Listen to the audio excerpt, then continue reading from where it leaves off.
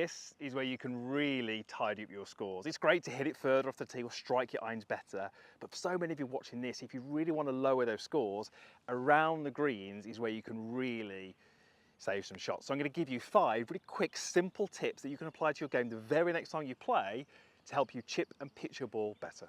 Try not to get too influenced by what you see on TV. We watch the pros and we see them play almost a different game than what we play. They are super talented, certainly more talented than me and you, unfortunately. So from this situation, you'll often see a pro going in there for a high lofted club like a 60. They play that beautiful mid-flighted shot, it bounces, it spins, it grabs up by the flag, super impressive, really hard to play. So yes, you can practice it, but when you're in this situation, what you should really be doing is hitting the shot that allows you to get the ball closer. And for many of you, that's going to be taking something with less loft. Now I've got a 7-iron. It wouldn't be a 7-iron from every situation. It does depend on the greens and the slopes. But when I play my 7-iron, what kind of shot am I expecting this to be? It's going to be a low shot that rolls. Now the reason that's really beneficial is because what happens if I don't execute it quite right? What happens if I was to, let's say, thin my shot? Well, actually the result is not terrible, because the thin shot is not a million miles away from the shot that I was intending to hit. So yes, that's not as close as it could be, but it's not terrible. You take a 60, execute it poorly, and the ball's going to be a couple of yards in front of you or maybe over the back of the green. So taking something like a 7 is going to be a lot better for you, and it's going to give you much more chance of getting the ball closer. That's a little bit short, but from here, that's pretty good. So play your own game and play the shots that are going to help you get the ball closest. Seve said it best. He said, stare at the target and glance at the ball. When you're around the green, short game technique isn't everything. All too often I see golfers obsessed with technique and the ball.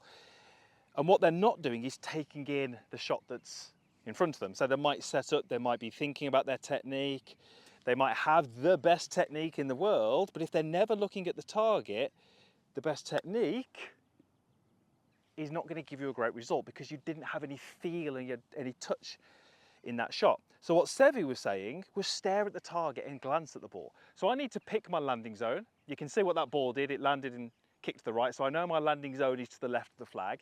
Once I've chosen that landing zone, I'm going to have some practice swings, but I'm going to be staring at that landing zone. I'm going to be taking in everything about the shot. And notice my attention is more out there, it's more external than it is on the golf ball. And obviously when I step in to hit the ball, I'm going to look at the golf ball for a little bit. But again, I want to be staring at the target, glancing at the ball. If I can do that, my technique should be good, but I'm also going to have much better touch and feel. For your short chips and pitches around the greens, you're not going to be moving a huge amount, which means that setup is really important. You should be able to play a pretty standard chip or pitch just stood on your lead foot because we want the weight on that leg. So here's 3 things I want you to focus on in your setup to make sure that your setup is correct, and it's almost going to guarantee your strike. So the first thing would be more weight on your lead leg, to the point where I could probably pick up my back leg. So I'm feeling a good 80% of my weight is on this leg. That's the first thing I want you to be aware of. The second thing would be, I want the ball to be back of center of my heels. So you can see the center of my heels is here. That ball is back of center. And then the final thing to be aware of is where is your sternum relative to the ball. That's the buttons. So if I drop that club, you can see that is also in front of the golf ball. That's really important because what I've got now, weight forward, ball back, sternum forward, is I've built in my attack angle. The attack angle is how the golf club approaches the ball. So key when it comes to strike around the greens. Often we see weight too central, ball might be back, sternum might be back, and from this position, incredibly hard to hit good shots. So when the weight is forward, the ball is back, and the sternum is forward, you're almost guaranteeing good strikes. It's really easy to overcomplicate bunkers and just make them out to be more difficult than they are. So I want to give you 2 things to focus on, which are going to make your bunker play much simpler and just give you much better results. The first thing is I want you to aim straight at your target. No need to open your stance. So as I set up to this, you can see that my alignment is pretty much straight at my target. What that's going to mean is that my golf club is swinging towards my target. Really beneficial when you're in the bunker. Then, in terms of technique, all I want you to think about is taking the sand that's around the ball and putting that sand on the green. Powerful, because it's going to do two things. Number one, it's going to give you a really good idea of how much speed you need. If I know this sand has got to get onto the green, instinctively it's going to encourage me to swing at the right speed. And the second thing it does is it stops me hitting into the sand and gets me to hit through the sand, and that's really going to be beneficial in your bunker play. So aim straight, put the sand on the green. I mean, this one is difficult. Not that difficult to get it on the green, but difficult to get it all the way back to that flag. So I'd actually be pretty happy with 10 or 15 feet short here. So aiming straight, sand on the green, and that might be pretty good. A little bit of spin, a couple of feet away. Keep it really simple. Aim straight, put the sand on the green. Trust me, your bunker shots will be a lot better. You don't always need to hit the perfect shot. This is a really tricky situation. So from here, you can see that I don't have a huge amount of green to work with. It's onto a bit of a downslope. I need to land my ball probably here for it to end up close. It's a tough shot.